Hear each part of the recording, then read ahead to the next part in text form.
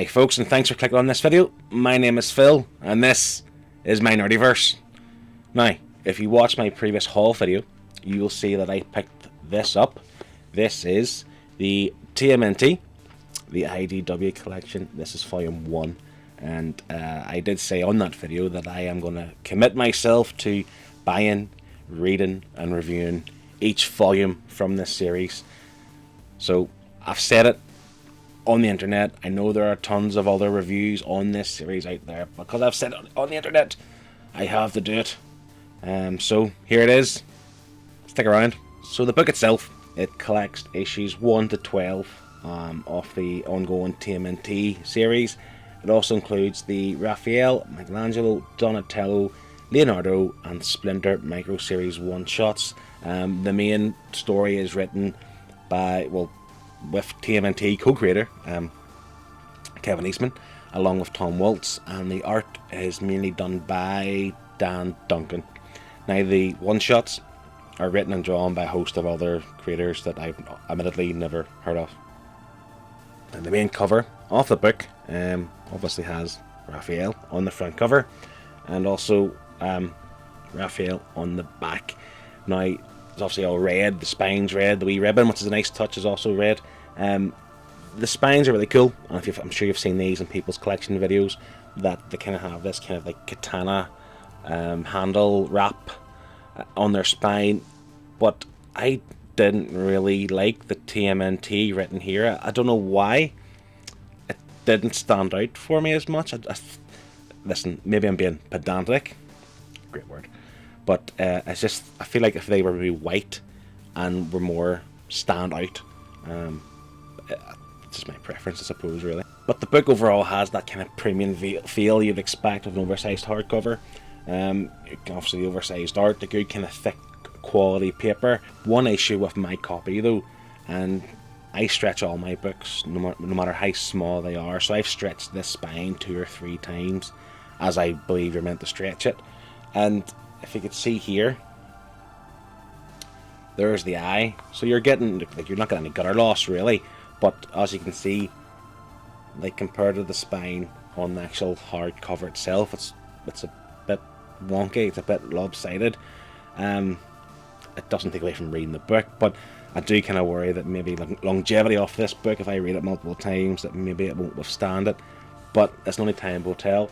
Any pros who are in the comments who happen to know what would happen to this book over time, please let me know. So the books of the series, from my understanding, are evergreen, meaning that they may go out of print, but they will quickly be brought back into print.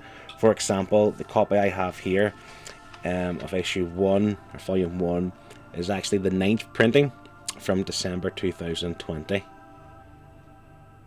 They spelt 9th, N-I-N-E-T-H, is that right? N-I-N-E-T-H. And now to the story itself. I'll not give too much details because I think you have to go and read this yourself.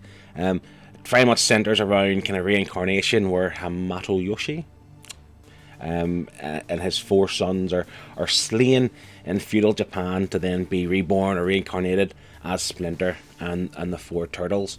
It starts off with the Splinter the Rat and the 4 turtles being held in a laboratory,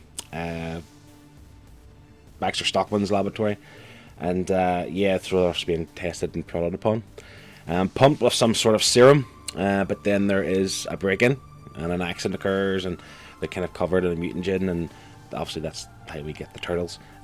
But yeah, so the story kind of evolves to the point where there's a few interested parties that are interested in this mutagen, and the only traces available, and on its purest form, is that of the blood of Splinter.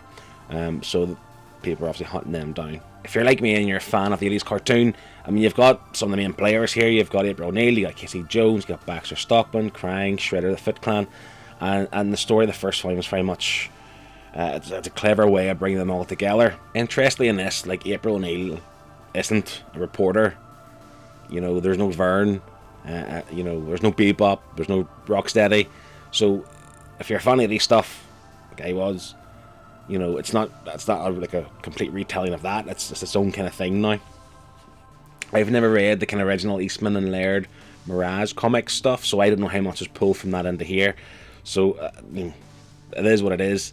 A complete origin, different from what I know off the TMNT. Now the one shots off this book, they're very good in their own right. I liked how the book was mapped out. I mean, it's fairly simple. It's 1 to 12, a few one shots in between, but they kind of have this thing. If there was an issue that kind of centered around more than one character, then bang, the next issue was going to be that character's one shot, which is very clever. Now the art in those one shots were hugely different than the art through the book of Dan Duncan, and some people could say it's a bit jarring. It was a wee bit, I suppose. I didn't overly like the art in the one shots. However, the stories were great, and they were saved because the story was so good and interesting. It has a lot of emotion in this book. I mean, there's some really good relationships. Like I say, the relationship between Casey Jones and Raphael at the start, the brothers searching for Raphael and kind of coming together, and I just love that kind of bond that they all have together, and that bond that Raphael has of Casey, and then later on Casey of April O'Neil. I just like the way it's all been put together, and it's something I thoroughly enjoy throughout the book. I'm not going to harp on too much about this book and the story, because honestly, I think if you're clicking this video, you're obviously interested. Go and read the book if you haven't. Truth be told, I can't believe it's taken me this long to read this book. I should have been all over this years ago. As a huge TMNT fan as a kid, and anyone I've ever spoken to who've read this book, I've absolutely loved it.